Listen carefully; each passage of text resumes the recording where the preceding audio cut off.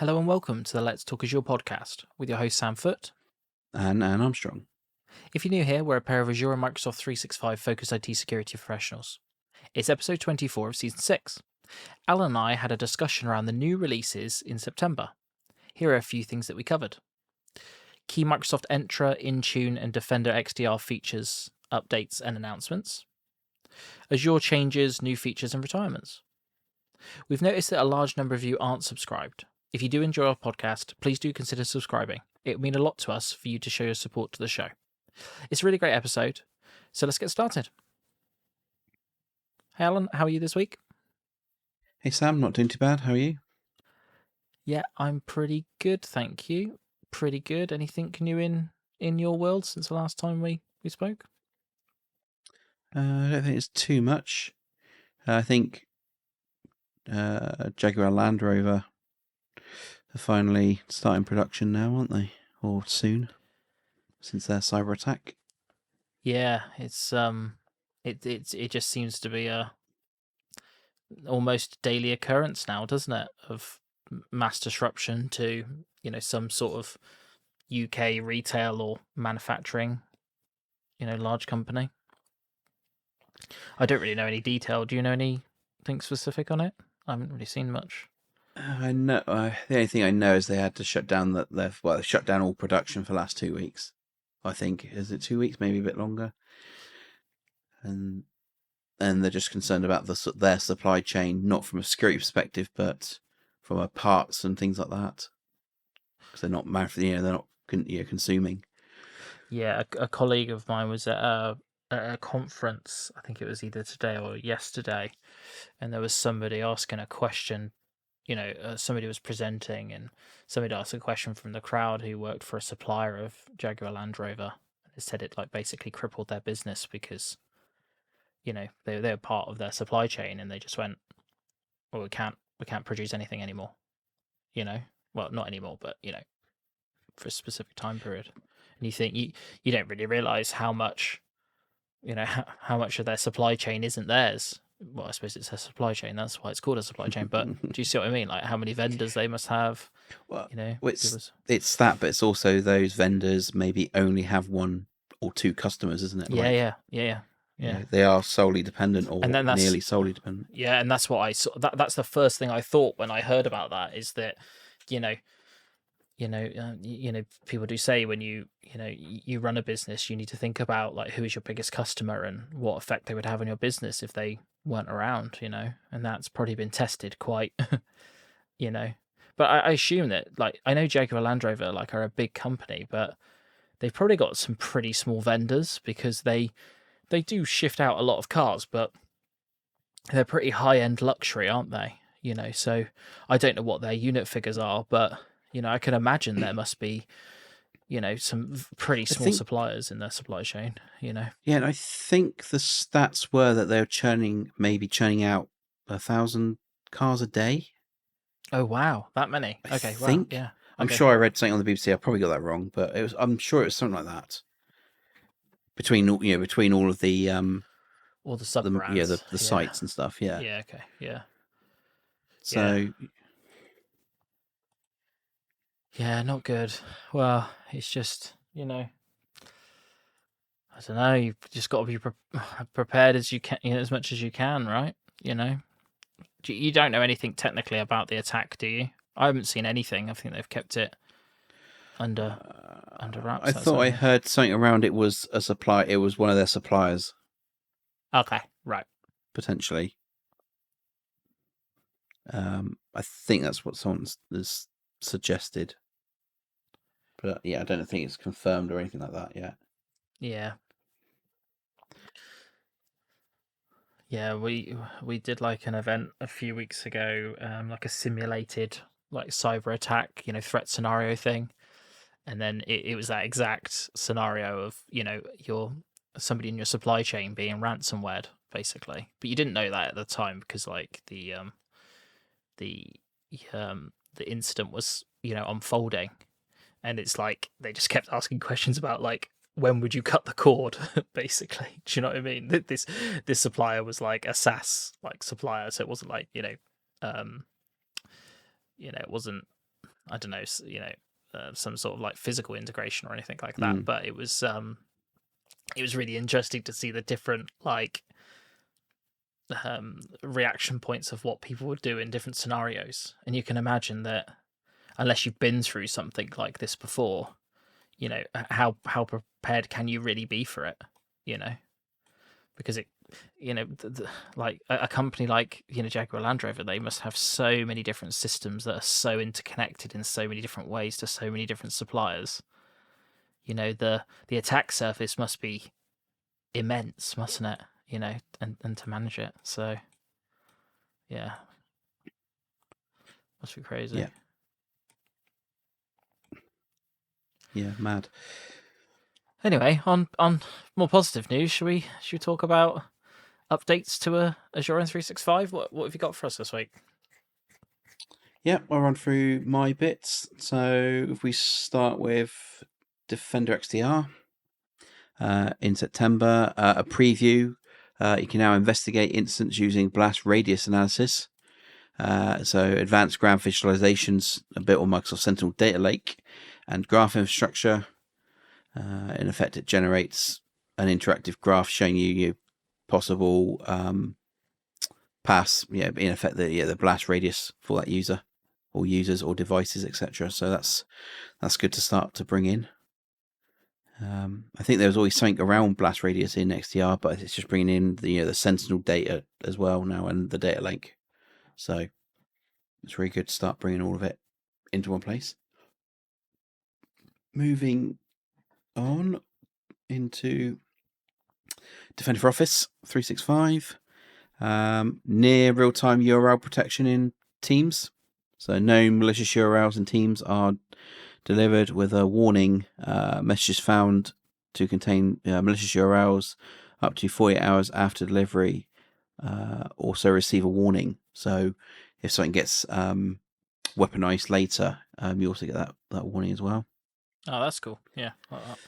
Yeah. Users can report external and internal org Teams messages as non-malicious as well. So I'm guessing they potentially can be blocked from that side. You can basically say, yeah, no, this is okay from that side.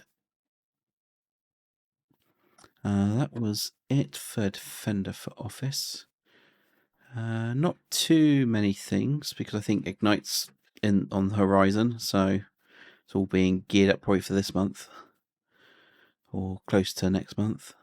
Defender for Endpoint didn't have any specific updates for it, apart it's always doing small updates in the background, but no sort of feature related things. What's this? Defender for Identity. So there is quite a few in this part. It's a new region that is available. So United Arab Emirates, UAE, is now a location you can have your Defender for Identity sort of located. Unlock additional security value in the unified agent. So this is a preview. Get enhanced protecting by applying the Unified Sensor RPC Audit tag to your version 3 sensors through the Asset Rules Management feature. So I'm guessing it adds more auditing into that. Identity Posture Recommendations view from the Identity page. So a new part of that Identity Blade. Being able to show you all assessments, etc., specific to identity in a single contextual view. And we've got new API support for Unified Agent. So they're announcing the new graph-based API for managing Unified Agent server actions. So you can monitor the status of the Unified Agent servers, enable, disable automatic activation, and activate or deactivate agents from the API. So that's pretty good. So you can look to do some automation on that side if you wanted to, or at least check the health. Is a good one.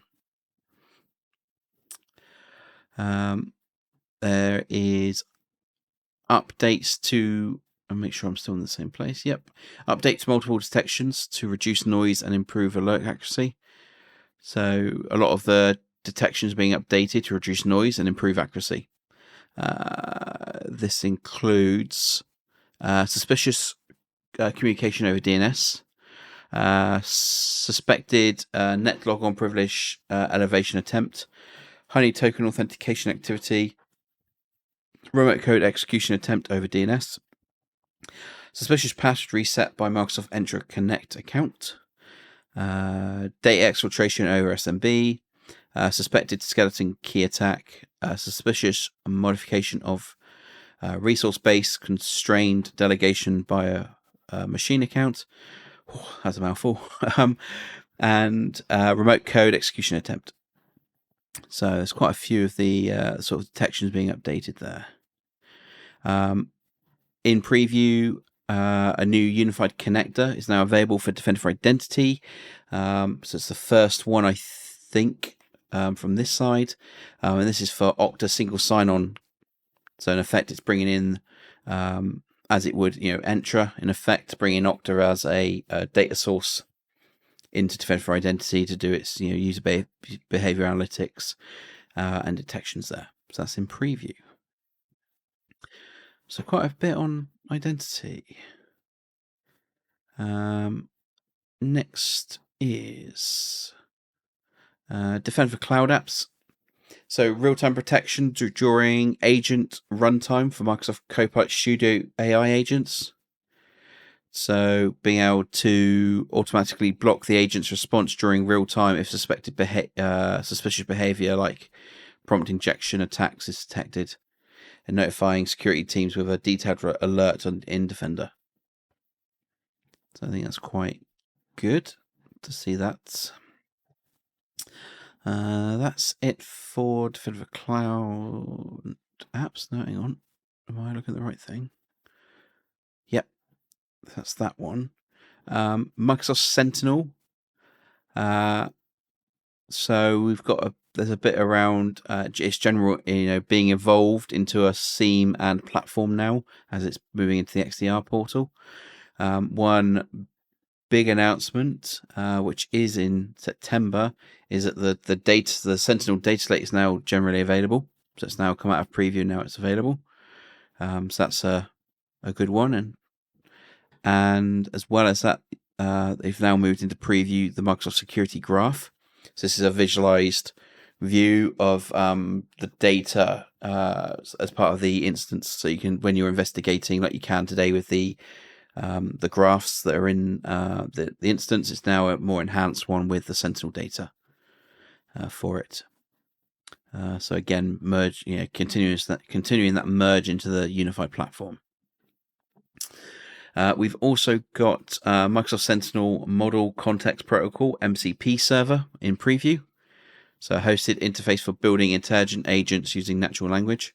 Microsoft Sentinel MCP server simplifies agent creation, data exploration by allowing engineers to query and reason over security data without needing schema knowledge. So yeah, that's a win for building your own agents. And just check this is still in here. Yep. So, and also they've added a new data source or data sources for enhanced user and entity behavior analytics. That's in preview. So now supports anomaly detections using 6 new data sources.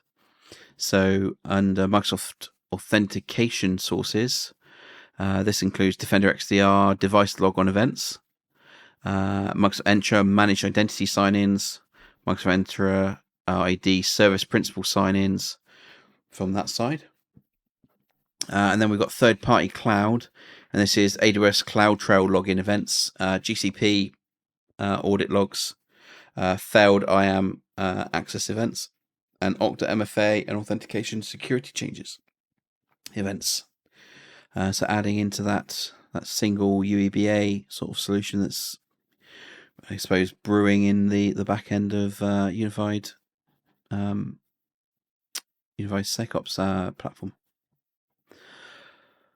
Nice, really good. Moving, yeah, there's loads for that. There's quite a lot coming in there. So Sentinel, just all we're seeing now is obviously all the development in the unified platform now, as well as it's the other way's going. So Yeah, I wonder if they've been building a lot of that, waiting for that integration. Do you see what I mean? Because they would have had to internally have a cut off between like old portal and new portal, right? So yeah, and I suppose this is also enticing people or organizations that are still just in the Azure portal to do that integration now, because there's just more and more functionality coming yeah, within it. exactly. Yeah. Right, Defender Cloud Apps I did. Entra. Let's just do Entra before I do Purview. What did I see in here that I wanted to talk about? It's generally available now for the dedicated new first-party resource application in Entra to enable to enable AD to Microsoft Entra ID Sync using Entra ID Sync or Cloud Sync. So in effect, this is a dedicated application in your enterprise apps called Microsoft Entra AD Synchronization Service. So that's the account in effect that's doing the synchronization. So now you can, I think the idea of this is that you can enhance your conditional access to exclude that service or specify where it can synchronize, so it can sign in effect. Because you'll be able to put only from the egress point from where the connector is, and then lock down any other sort of attempts to try and do synchronization. Let's just check some of the other bits. Don't think there was much more. Closer access internet profile support for iOS clients, so that's in public preview. So I think that was more private. It was definitely in a private sort of state at the time, but that's now moved out. Yeah, there's quite a few in here, but there's some enhancements to Copilot access. So a Microsoft Security Copilot access review agent in Entra is now public preview. So we had the conditional access one, didn't we? Optimization. We're now got an access review agent, so that's going to help with understanding whether someone should be allowed, as part of a group or have access to an application by looking, I guess, at more information than the service currently does with the data source it has. The other one that's probably just worth talking about is that it's generally available. I think I said this last month or the month before, but cross-tenant synchronization, cross-cloud is now generally available. So commercial to US Gov, US Gov to commercial, commercial to China. As the examples there. So that's good. And then finally, Purview. So data loss prevention, generally available now, is to help prevent use from sharing sensitive information with cloud apps in Edge for Business, and getting started with data loss prevention policies for Fabric and Power BI. So they've both gone GA now. That's part of the DLP side.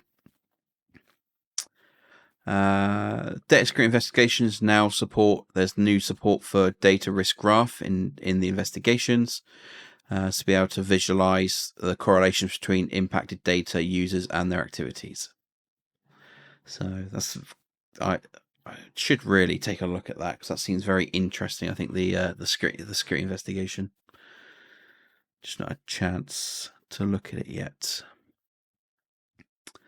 In preview, for data security posture management for AI, they're rolling out a data risk assessment now, also supporting identifying and protecting oversharing data in Fabric, scanning up to 100 more Access Fabric workspaces for sensitive information, and a few other bits there. So that's good. Same thing with that data risk graph. It's also being included into the insider risk management side of it as well. And including Microsoft Sentinel as well. Microsoft Sentinel and Data Risk Graph in Microsoft Purview solution in Sentinel. So it's adding all that sort of stuff in as well. Yeah, that's probably it. There's a couple of bits starting already to turn up in October. We're already in the first couple of days, aren't we? But we'll leave those for next time. So yeah, I think that's it from my side. I think there's some interesting ones there. But we are waiting for Ignite in a month's time now, or just over a month's time. So yeah. What about you then, Sam, in the Azure side? Okay, so yeah, I'll start with Defender for Cloud. So there's an update for Defender for Cloud that includes so Defender for Cloud, the DevOps workload now includes Trivy, which I'd never heard of until I just looked it up. But it gives you vulnerability scanning inside of Defender for Cloud. So it's essentially looking at operating system packages you use, language specific packages, and non-packaged software, etc., etc. Interestingly, they do call out that GitHub Advanced Security, which is its own sort of GitHub Advanced Security product that you can layer on top, does have its own dependency scanning, and they do call out that Defender for Cloud now enhances, not replaces those results. So I don't know why they mention that, but probably because that costs money and they don't want to.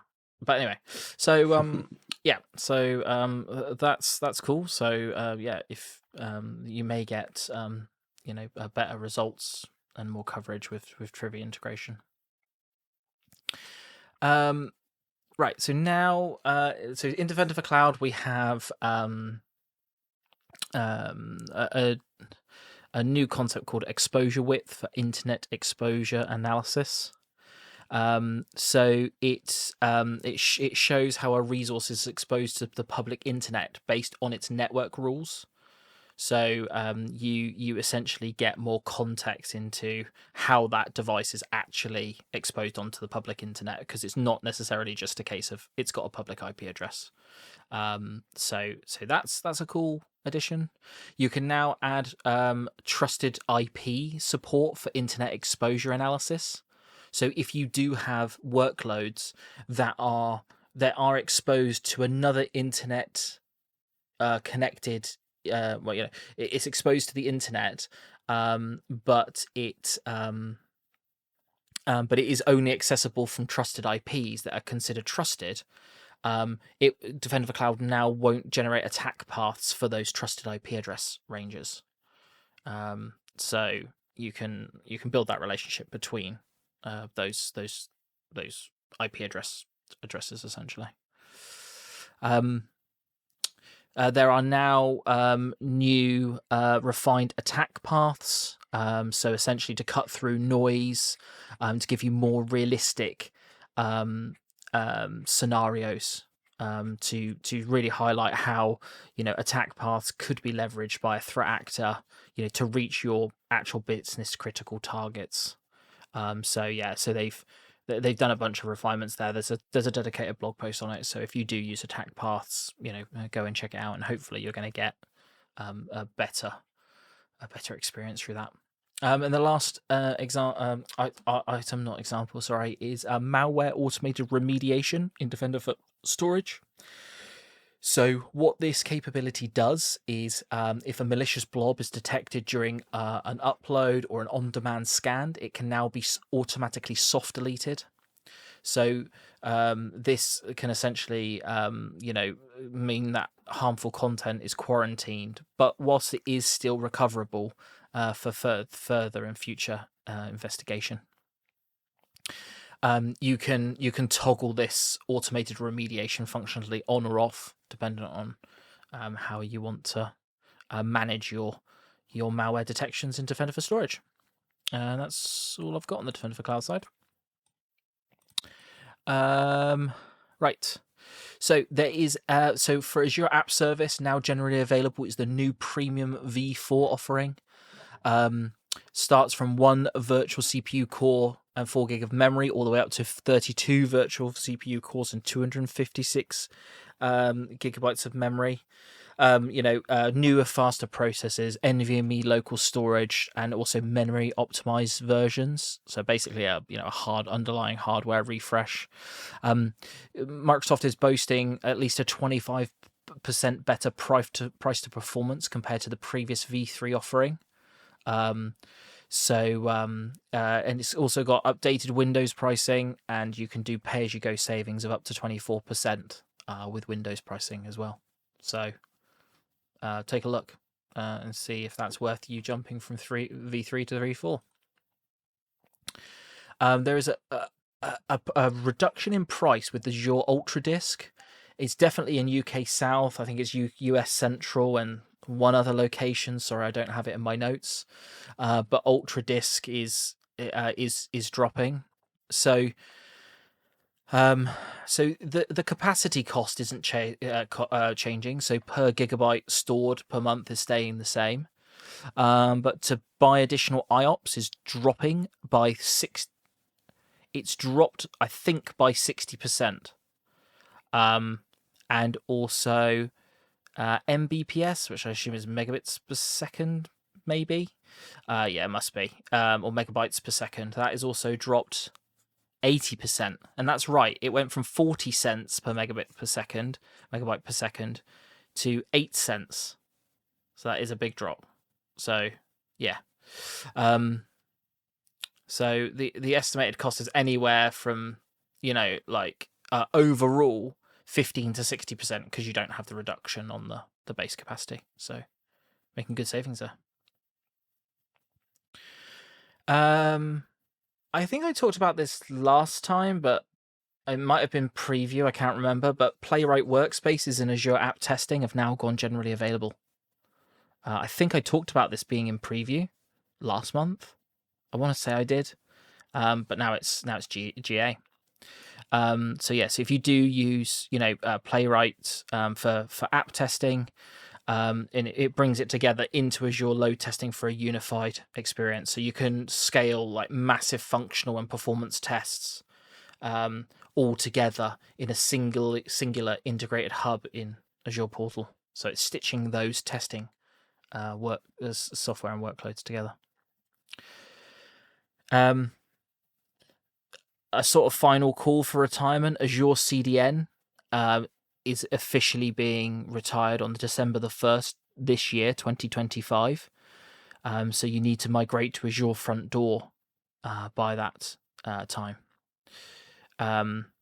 So this is only for Azure CDN in China as well. So I completely forgot that part of it. But yeah, just to throw out there, if you are using that, you need to move over to Azure Front Door.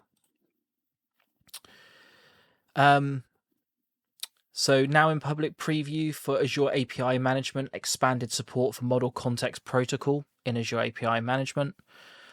So as Alan mentioned with the Sentinel experience now, if you are using Model Context Protocol, you do have 2 new capabilities. They're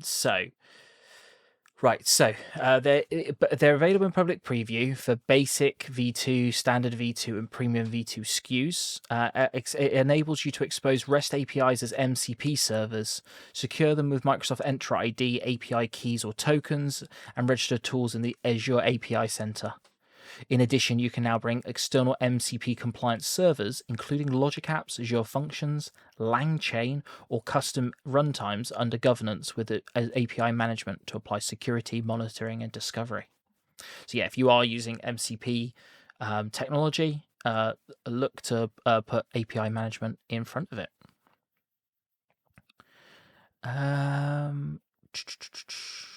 Now generally available is business process tracking in Azure Logic Apps Standard. So what this capability does is it provides business stakeholders, aka your boss, with timely insights by tracking key data properties throughout your workflow's production environments. So with business process tracking, you can define stages and map critical business data to your Logic Apps implementation. So as each workflow runs, the data is sent to Azure Data Explorer, where it can be visualized using the business process overlay, giving teams, aka your boss, a clear view of process execution and outcomes. Don't be wasting cycles. Right.